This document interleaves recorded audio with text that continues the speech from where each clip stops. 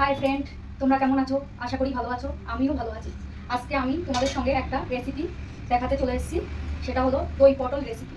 তার জন্য আমি এখানে 400 গ্রাম পটল নিয়েছি। ওটাকে ভালো করে ছাড়িয়ে নুন হলুদ মেখে নিয়েছি। আর পটলটাকে দেখো এভাবে কেটেছি। আর তার জন্য আমি কিছু উপকরণ নিয়েছি। এখানে আদা কুচি, কাঁচা লঙ্কা, কাজু আর সর্ষে, আর গুঁড়ো মশলা, হলদি গুঁড়ো, লঙ্কা গুঁড়ো, জিরা গুঁড়ো, ধনে গুঁড়ো আর গরম মশলা, আর ফোড়নের জন্য তেজপাতা আর শুকনো লঙ্কা, আর মেন উপকরণ দই। এবার চলো তোমাদের সঙ্গে দেখাতে শুরু করি। এবার আমি কড়াই গরম করে কড়াইয়ের মধ্যে কিছুটা সাদা তেল দিয়ে দিলাম। এর মধ্যে আমি তেলটা গরম হলে আস্তে আস্তে আমি পটলগুলো ভেজে নেব। আর এর জন্য আমি মিক্সিং জারে কিছুটা মশলা রেডি করব। এর জন্য আমি নিয়ে নিয়েছি কাজু বাদাম, কাঁচা লঙ্কা, ঝালটা তোমরা তোমাদের ইচ্ছে মতো দিও, আর সর্ষে,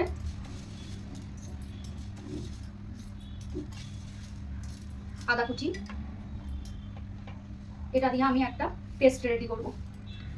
এবার দেখো আমার কড়াইয়ের তেলটা অলরেডি গরম হয়ে গেছে। এবার আমি একে একে পটলগুলো দিয়ে দেবো।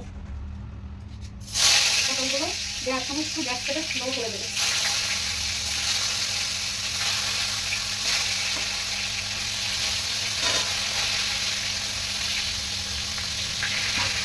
এবার আমি এগুলো দেখো পটলগুলো অলরেডি আমার ভাজা হয়ে গেছে, কারণ এটা বেশি ভাজার দরকার নেই। এবার আমি এগুলোকে একে একে তুলে নেব।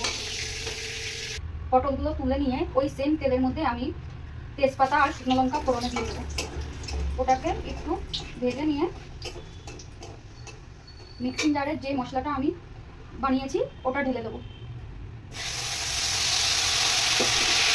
এবার মশলাটা একটু ভাজা হলে তার মধ্যে আমি একটু জল অ্যাড করে দেবো, কারণ আমি কিছু গুঁড়ো মশলা অ্যাড করবো যেন ওগুলো পুড়ে না যায়। এর জন্য আমি একটু জল অ্যাড করে তার মধ্যে হলুদ গুঁড়ো, শুকনো লঙ্কা গুঁড়ো, লবণ, জিরা গুঁড়ো আর ধনে গুঁড়ো দিয়ে কিছুক্ষণ নেড়ে চেড়ে মশলাগুলো সব মিশিয়ে নেব। দেখো মশলাটা অলরেডি ভাজা হয়ে গেছে, কারণ মশলাটা গায়ে থেকে তেল ছেড়ে দিয়েছে। এবার আমি পটলগুলো ঢেলে দেবো। পটলগুলো ঢেলে দিয়ে আমি মশলাটাকে পটলের সঙ্গে মিক্স করব। দেখো পটলের সঙ্গে সব মশলাগুলো আমি অ্যাড করে নিয়েছি, নেড়ে চেড়ে ভালো করে মিশিয়ে নিয়েছি। এবার আমি যে দইটা নিয়েছি, দইটা আমি ভালো করে ফেটিয়ে রেখেছি। এখন আমি গ্যাসটাকে স্লো করে দইটাকে ঢেলে দেবো। এটাতে দেখো এটাতে বেশি জল দেওয়ার প্রয়োজন নেই, কারণ এটা একদম শুকনো হবে। তাই আমি দইয়ের বাটি দিয়ে কিছুটা জল অ্যাড করলাম। এবার এটার মধ্যে আমি একটু চিনি অ্যাড করবো, কারণ দই পটলটা একটু খেতে মিষ্টি মিষ্টি হয়। চিনি দিয়ে এটাকে আমি 5 মিনিট ঢেকে রেখে দেবো, গ্যাসটাকে স্লো করে। এবার 5 মিনিট পরে আমি ঢাকাটা উঠিয়ে দেখবো আমার দেখো 5 মিনিট পরে আমার রান্নাটা দেখো পুরো রেডি হয়ে গেছে। পটলটাও সেদ্ধ হয়ে গেছে, দেখতে কতটা সুন্দর হয়েছে দেখো। এবার আমার নামিয়ে নেওয়ার পালা। তার আগে আমি একটু ধনেপাতা কুচি অ্যাড করব। এর মধ্যে তোমরা দেখে নেবে একবার লবণটা চেক করে ঠিকঠাক আছে নাকি, আর না থাকলে একটু অ্যাড করে দেবে।